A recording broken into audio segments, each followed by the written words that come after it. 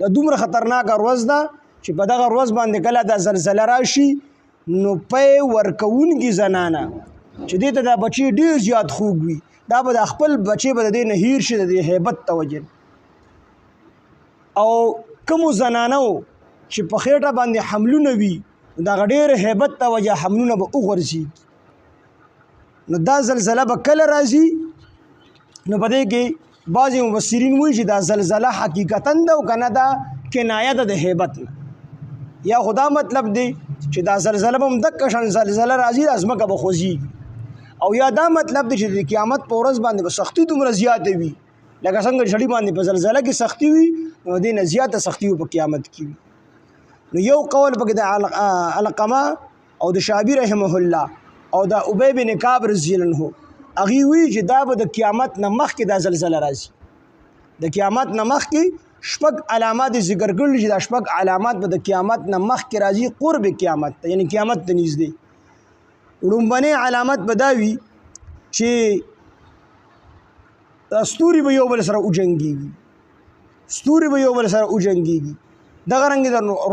نور به رڼا ختمه کړي دا به بې رڼا شي او زلزله به راشي سمندر کې به اور ولګي او ځمکه او په ځمکه کې ورننوځي او دغه رنګ یو هوا ګرمه هوا به وچلېږي په هغې سره به خلک مړه کېږي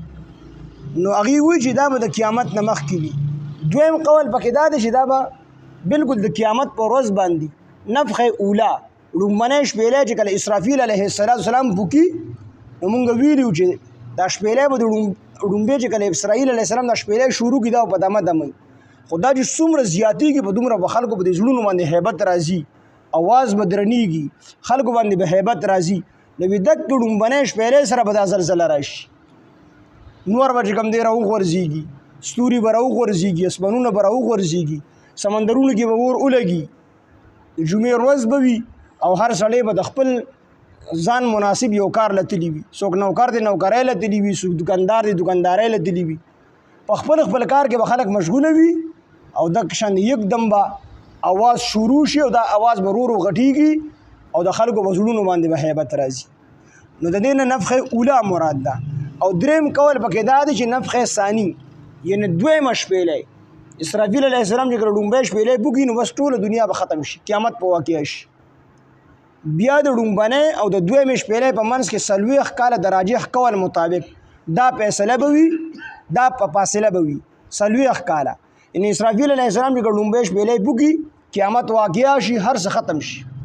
جبریل علیه السلام به ختم شي میکائیل علیه السلام به مړه شي ټولې فرشتې به ختم شي یو د الله تعالی ذات په باقي او دغه 40 کاله به الله رب العزت اعلان کوي لمن الملک اليوم د نننۍ ورځې بادشاه څوک 40 سال به الله رب العزت د خپل شان مطابق اعلان کوي هیڅوک په جواب نشي ورکولی لمن الملک اليوم د نننۍ ورځې بادشاه څوک دی اخره کې به الله رب العزت په خپله وفرمایي لله الواحد القهار د نننۍ ورځې بادشاه هغه دی چې هغه نن ډېر په قهر کې دی نو د ړومبنۍ شپېلی او د دویمې شپېلی په منځ کې به 40 کاله د راجح قول مطابق دا فیصله په فاصله به وي بیا چې کله دویمه شپېلی وویل شي نو بعضې مفسرین وایي چې دا زلزله په دویمه شپېلی کې واقع کېږي چې کله دویمه شپېلی وویل شي زلزله به چې کوم دی شروع شي او دا زلزله دا به دومره تیزه زلزله وي چې کومې زنانه حاملې وي نو هغې به حملونه وغورځي چې کومې زنانه پی ورکوونکي بچو ته دا به د خپل پی ورکوونکي بچي هیر کړي د هیبت ته وایي نو دا درې واړه اقوال پکې چې کوم دی شته دی یا خدا تشبیه ده مطلب یې دا دی که چېرې په دغه موقع باندې حامل زنانه وي نو دا به خپل حمل وغورځي د قیامت او د دې زلزلې د دې هیبت ته وجې نه او که په دغه موقع باندې بالفرض یو زنانه وي او د هغې سره بچي وي نو د بچي محبت ډېر زیات دی خو په دغه موقع باندې به دې ته خپل بچي هم نه یادو دا خپل بچي به هیر کړي نو دې تشبیه ورکړې ده او یا دا چې دې نه حقیقت مراد دی چې کومه زنانه حامله مړه وي نو الله تعالی یې په هغه حال کې راپاسي دا به حامله وي او د دغې قیامت ته د زور د وجې نه د دې هیبت د وجې نه به حمل وغورځي یا کومه زنانه هغه خپل بچي له تی ورګي او په دې حالت کې مړه وي یعنی بچی ته پاتې شوي وي